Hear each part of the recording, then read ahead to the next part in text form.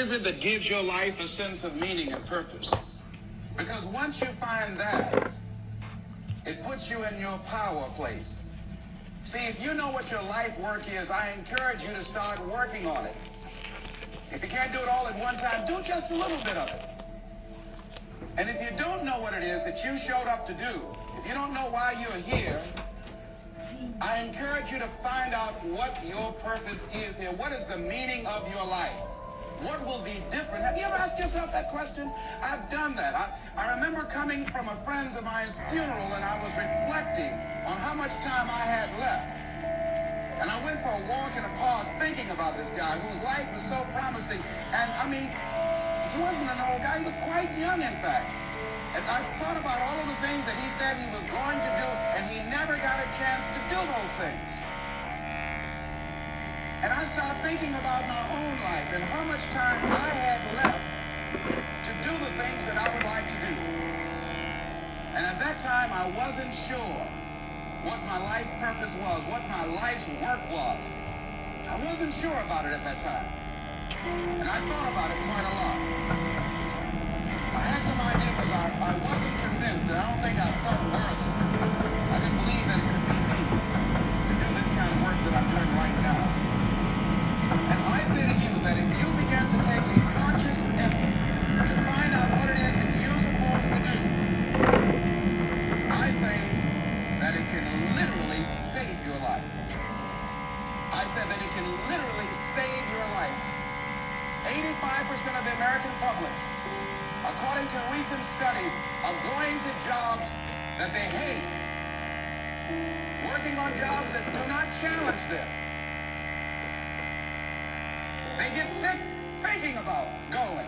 Because, see, when you go to a job and you already know how far you can go, you can already see that proverbial glass ceiling. See, when you're going someplace and you already know how much you're going to make, you already know how far you can go, you're in a dead-end position. It erodes your self-esteem. It lowers your sense of yourself. It creates an inner turmoil. It creates an emptiness in you. So I say that your life is worth finding what it is that you're supposed to do. And I'm not saying quit your job. I'm saying find it and do just a little bit of it. Just start working at it just a little bit. But do find out what your work is and hold on to it and don't let your dream go.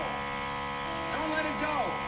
See, and here's something else I want you to begin to look at. Why is it that most people don't pursue their dreams or don't do better than what they're doing if they're capable of doing it? I think that many of us don't go the next step because we don't know what to do yet. And I say that the reason that we don't even explore the possibility of what to do is because subconsciously we don't believe that it can happen for us, and we don't believe that we deserve it. So here's what I'm suggesting. How much time do you spend working on you? How much time do you spend every day working on your dream? In the last 90 days, how many books have you read? In the last year, what new skill or knowledge have you acquired? What kind of investment have you made in you? So I'm saying that as you begin to look at where you want to go, if you want to make it today, and things are changing so fast, you have to literally run to stand still. I'm saying that you've got to make some conscious effort to begin to work to develop you. Here's something else. Most people are not living their dreams because of fear, ladies and gentlemen.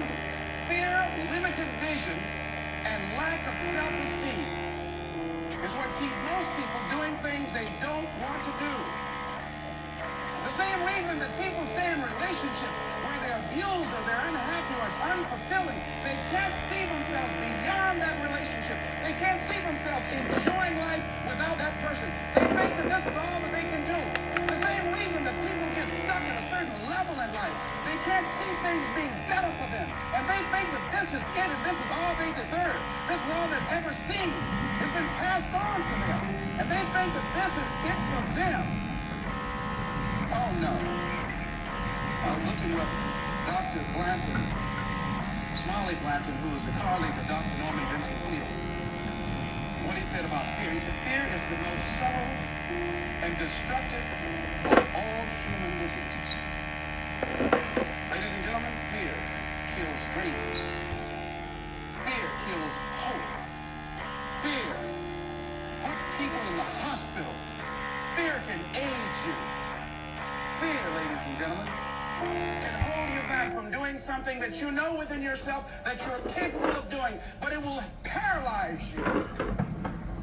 And it seemed like you're in a hypnotic spell. And I ask you a question, what is the benefit? What's the benefit of allowing fear to hold you back? What's the benefit of giving up on yourself, of not stepping out on life and taking life on? What is the benefit for you? What's the plus in that? It's one of the things I had to ask myself. So I didn't want to make any mistakes. I wanted everybody to like me. I wanted to be perfect the first time I did something. It's not going to happen. You're going to make some mistakes. You're going to hurt some folks' feelings. You're going to create some enemies. Whenever you decide that you want to begin to take life on, you've got to ask yourself, how long am I going to allow this to hold me back? I like what Zig Ziglar says. He said, fear is false evidence appearing real. That is the illusion that we create in our mind. It is a state of mind that can be changed. So let's look at how we can begin to take some steps to restructure that fear, to begin to expand our visions of ourselves, to begin to increase our self-esteem. Webster said that self-esteem means confidence and satisfaction in oneself. Look at your life right now. Whatever you've done up to this point in time, your life is working. Whatever you have produced, it came out of you as a result of the kind of person that you have become. As a result of your choices, as a result of your consciousness. Now you have to ask yourself, are you satisfied with what you have produced? Is this what you want? Would you like for things to be better than this? Do you believe that you deserve better than this? Or are you content? This is it. You don't have to do anything else. That you'll already resign yourself in life and say, well, I'm happy. I'm not starving like the people in Calcutta. Are you allowing yourself to get off the hook like that? Or do you believe somewhere in the back of your mind or in your heart that there's some other great work for you to do? There's something else that life has for you. And that's why you're here. How do we handle this fear factor? How do we increase our self-esteem? You have to begin to fortify yourself. How do we do that? I believe that you have to begin to consciously monitor your inner conversation and start talking to yourself. Start building yourself up. Sometimes the only good things you will hear about you are the things that you say to you. So I'm saying learn to be your own booster. Start building yourself up. Start encouraging yourself. Start saying, I can do this. I can make this happen. When I started thinking about becoming a speaker, I said, yes, I can do this. I can make this happen. When I start trying to convince myself I can be a businessman after flopping and failing and losing thousands of dollars and feeling stupid and dumb and having people take advantage of me because of what I didn't know, I had to talk to myself because people were saying to me that I was dumb. And somewhere in the back of my mind, I was saying, you're right, look at what I've done. I had to say, no, Les. Hey, come on, man, get yourself together. You can handle this, you just haven't figured it out yet. It's all right, this is your training period. This is the tuition you have to pay for what you don't know. You can do this, other people have done it. It doesn't take an Einstein. Get you some people that can teach you some stuff that you don't know. Get you some people that have done it successfully and learn from them. Take some seminars, workshops, read some books on how to manage a business. Change the way you see yourself and begin to tend to the personal details. Understand that nobody's going to take care of your business better than you. And when I start changing that kind of mindset of beating myself up because of my mistakes and start looking at the possibility of my doing better, of my making the adjustment that would enable me to do what I want to do successfully, things begin to change. I say, stop beating up on yourself. You do it. I know you do it. I've done it. It's a natural inclination for us to put ourselves down. See, we are born negative, I think, in a negative consciousness because we live in a negative world. Here's some other things, ladies and gentlemen. Begin to guard your mind against negative off the television. Don't watch the news. So you've got to guard the kinds of things that you put in your mind. See, if you don't program your mind will be programmed, because human beings are goal-oriented. That's why we die of broken hearts early. That's why we're running through life through early ways. We're going through life, ladies and gentlemen. And I think that Henry David Thoreau said that most men live in quiet desperation. Most of us go through life running scared. So we had created this in our minds, false evidence appearing real. We made it real in our minds. That's why Churchill said there's nothing to fear but fear itself. That's the destructive monster. So turn off things that can contribute to your fear. Turn a deaf ear to people that all they can do is talk about how negative things are because they have bought into the consciousness of the world. Start attending workshops, seminars, listening to tapes on a daily basis to begin to recondition your mind, to retrain your thinking. Faith comes by what? Hearing and hearing and hearing. Listen to things that can empower you, that can enable you to create a new reality for yourself, and a new life for yourself. You might appear to be strange around most people. You know, most people think you're strange if you're happy today. See, these people have not found their purpose in life. That's why they're grumpy. That's why they're miserable. That's why they're so negative. They're hurting and they want to hurt other people. So start practicing using programs for your mind. Seminars, books, workshops. Keep a journal. Record your thoughts. What's happening with you? Every day when you get up, have a journal near you. See, ladies and gentlemen, we get 3 to 4 thoughts a year that if we would act on those thoughts, they could change our life. What idea are you sitting on? Write your ideas down. And then, once you get that idea, take the lead. Once you get that idea, take the lead. Take the lead. See, it's out here in the universe. If you don't take the plunge, I guarantee you, somebody else will. Take the plunge. Go into action. And ladies and gentlemen, you will be surprised at how things will come together.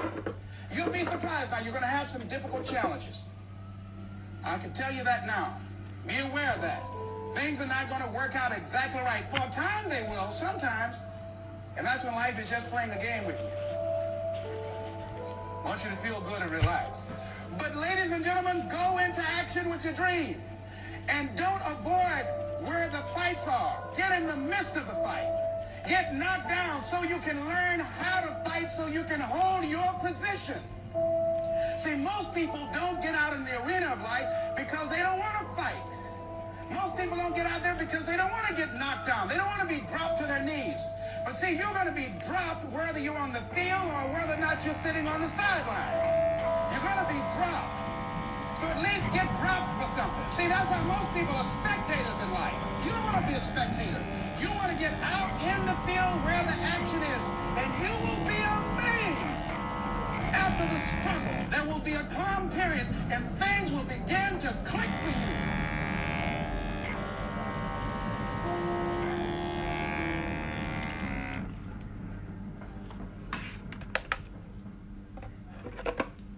Goodness, we're almost done.